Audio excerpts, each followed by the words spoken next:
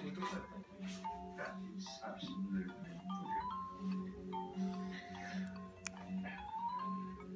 At least you didn't put 40 candles on it anyway. Couldn't afford the 40 candles in paper, so 4 would have to do.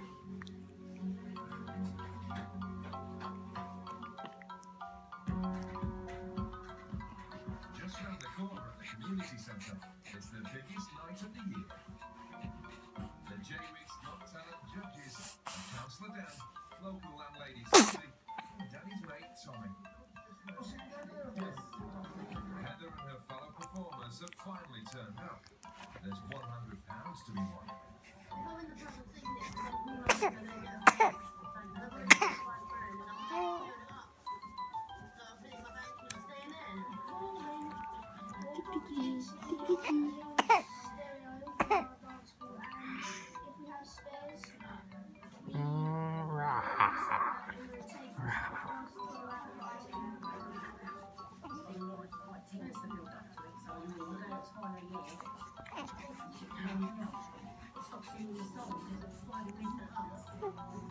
Over 300 people have come to see the show.